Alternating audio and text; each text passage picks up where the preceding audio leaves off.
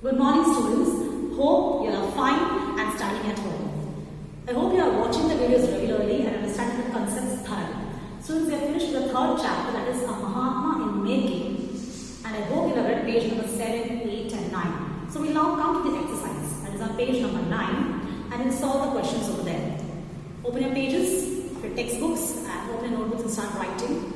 The first question on page number 9, that is Roman number 1, goes in this way. Answer the following questions. A. If I read it in this manner, answer the following.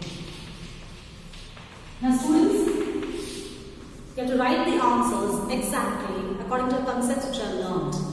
You will not write answers which are ambiguous. Related answers to the lesson you have to write. Because questions asked in MS, that is in moral science, are related to the topic concerned. For example, the first question goes in this way: how did Gandhi become Mahatma? So you will not write anything and whatever you know, how Gandhiji became Mahatma, about all the freedom struggles, all those things you will not write. Whatever we learn in the concerned chapter, that answer you have to write relatively. Okay, students? Okay, so we will start with the first question. So we'll start with the first question. The first question is, how did Gandhi become Mahatma? Answer is, Gandhiji was not born great. It was his words, deeds and thoughts that made him a Mahatma. Moving to the second question. How can we say that traits of greatness and sublime character were evident in student Gandhi? Now, students already saw the meanings of the word traits, sublime character. Both the words we saw. Traits means the tactics of greatness, or how the values of greatness came in his life, and sublime character, excellent quality character. We saw that. Okay.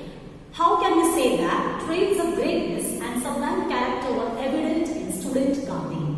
Answer goes in this manner, students.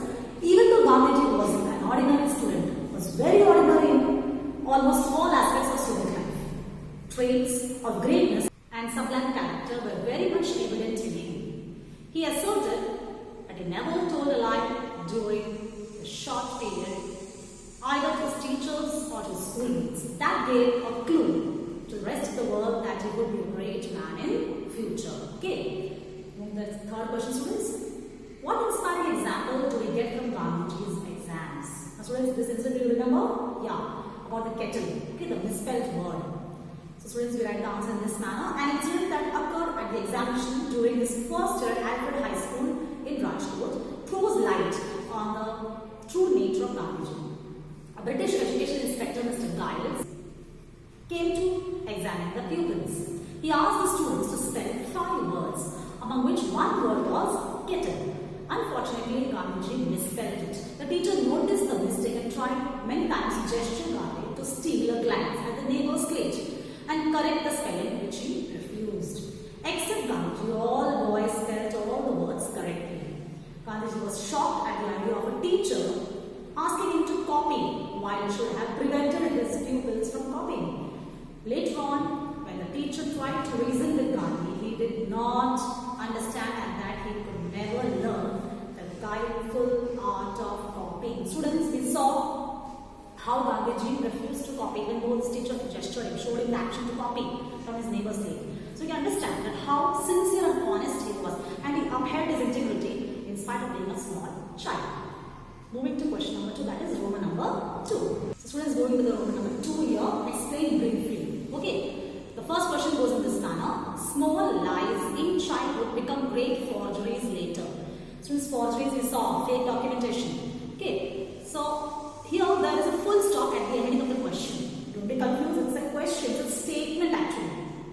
I repeat it again. Small lies in childhood become great traits of forgeries. Or you can say, small lies in childhood become great forgeries later. So you have to prove this statement according to what I studied in this chapter. Okay? The answer goes in this way. Whatever people gain through corruption and forgery is lost all of a sudden. There are political leaders, cabinet ministers, film actors and business tycoons serving time in jails. Small lies in childhood become great forgeries later, and in that process one brings a lot of harm to oneself and society. So students, we saw the videos how film actors, business tycoons, big enterprises, those who own big enterprises, they, along with their lies or along with their wrong deeds which they are doing to earn money in the wrong manner. Land them in jails. They land themselves in jails. But that money which you have earned in the wrong way will give you no happiness in future. So Gandhiji says that in your childhood itself, stop or avoid doing something which is wrong. Only then later on you will become great. Second question, students, goes in this manner. Which incident taught Gandhiji the lesson that a man of truth must also be a man of care? This is the incident of the headmaster. Okay, I think you'll remember it. I saw it in the videos. Gandhiji disliked gymnastics and cricket both, but in his upper class, that is the higher standards, he had to learn it because it was compulsory in those days, the higher standards. The answer goes in this manner, students. Gandhiji disliked gymnastics as his keen desire was to serve his sick father.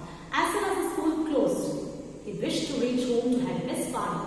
He gave his reason for exemption from participation in gymnastics, but the headmaster refused. Means, his headmaster thought that he's saying lies or he's lying to him. So he refused to listen to his excuses. One Saturday, he had to go to school at 4 o'clock and the clouds deceived him. So by the time he reached school, all the boys had left.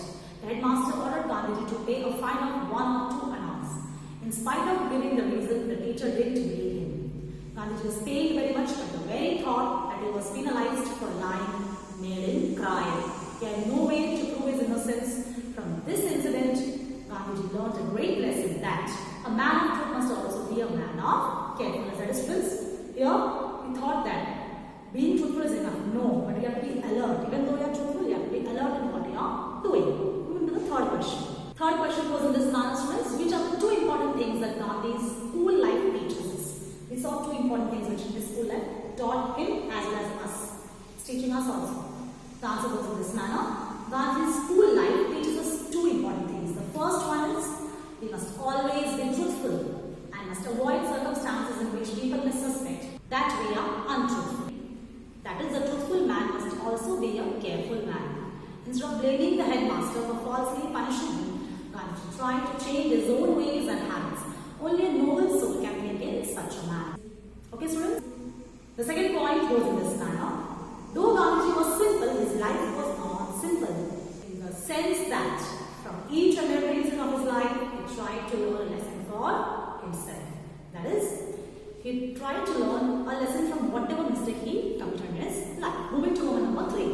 Now, students, going to Roman number 3, it is fill in the blanks. So, write blanks over here. Start the first one. One who discerns dash and relentlessly follows it becomes a great example for others. Discerns is understand properly. Okay, by forgetting understanding the things sensibly. Okay, so the answer is truth. One who discerns truth and relentlessly follows it becomes a great example for others. Second one, being dash is the first step towards being great. That is being honest. Third one, a man of truth must also be a man of dash. Answer is carefulness. Now, students, moving to Roman number 4. Roman number 4 goes in this manner, students. It's a homework for you all. So, students, kindly do your homework, your notebooks. The homework is in this manner. Write an incident from your life.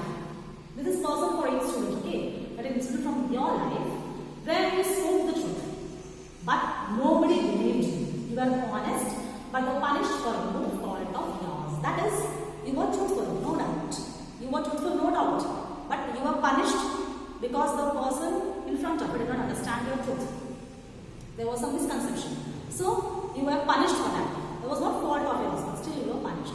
So, that incident you have to narrate in your notebooks. Okay, students, go through pages 7, 8, 9 and write answers carefully so that you can easily understand the concepts.